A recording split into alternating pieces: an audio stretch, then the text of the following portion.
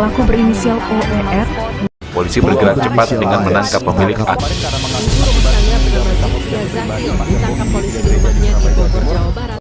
Jangan ada lagi itu berita-berita hoax terhadap COVID-19 ini. Tegakkan hukum, saya bilang.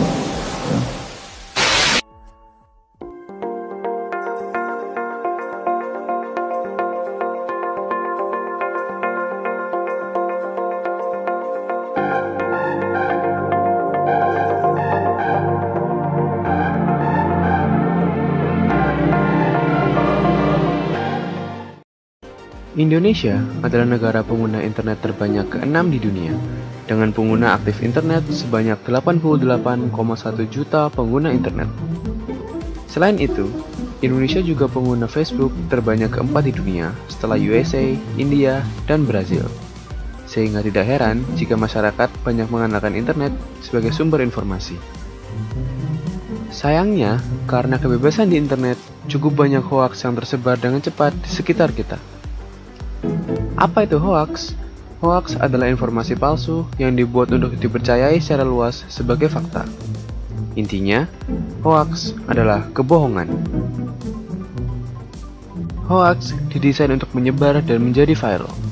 Misalnya, hoaks menyebar melalui email, status atau tweet media sosial, artikel di web, dan juga broadcast message pada aplikasi chat.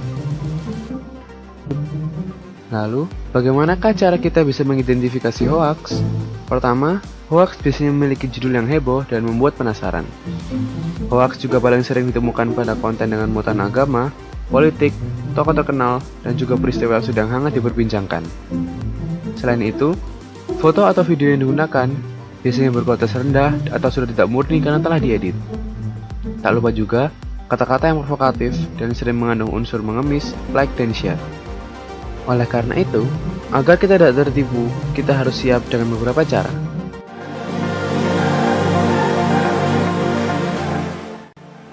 Kita harus memilih media yang terpercaya. Saat kita menemukan berita hoax, terlebih dahulu kita perhatikan dari mana berita itu berasal dan siapa sumbernya. Apakah berita dari situs resmi atau tidak?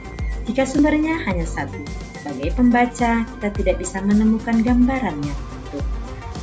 Kita harus mengamati jenis berita yang kita baca, apakah itu didasarkan dari fakta atau opini. Fakta adalah kejadian yang benar-benar terjadi dan memiliki bukti yang akurat.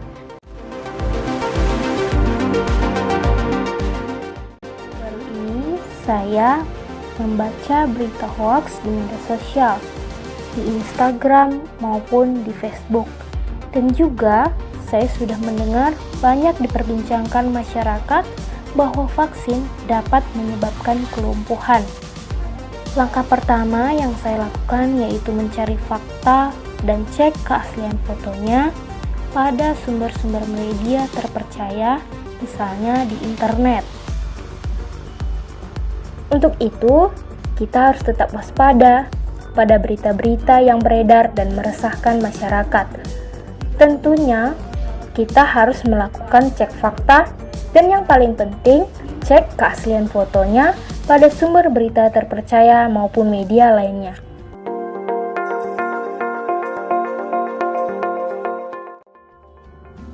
Di Facebook terdapat sejumlah fanpage dan grup diskusi anti-hoax. Di grup-grup diskusi ini, netizen bisa ikut bertanya apakah suatu informasi merupakan hoax atau bukan, sekaligus melihat klarifikasi yang sudah diberikan oleh orang lain.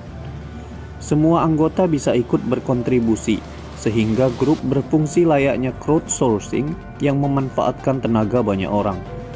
Atau kita juga dapat bertukar informasi dengan rekan-rekan kita di lingkungan sekitar yang dapat kita percayai sehingga kita bisa mengambil kesimpulan apakah suatu informasi itu merupakan fakta atau hoax.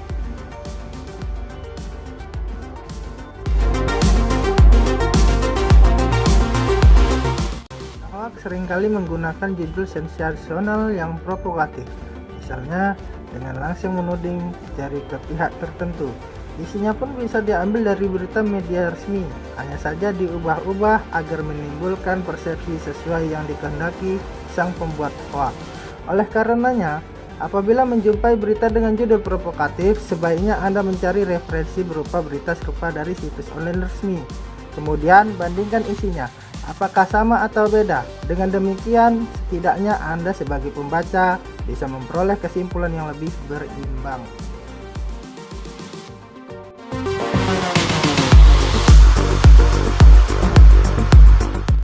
Untuk informasi yang diperoleh dari website atau mencantumkan link, cermatilah alamat URL situs dimaksud. Apabila berasal dari situs yang belum terverifikasi sebagai institusi pers resmi, misalnya menggunakan domain blog, maka informasinya bisa dibilang meragukan.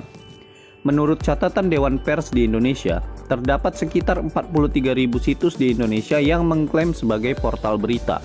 Dari jumlah tersebut, yang sudah terverifikasi sebagai situs berita resmi tak sampai 300. Artinya, terdapat setidaknya puluhan ribu situs yang berpotensi menyebarkan berita palsu di internet yang mesti diwaspadai.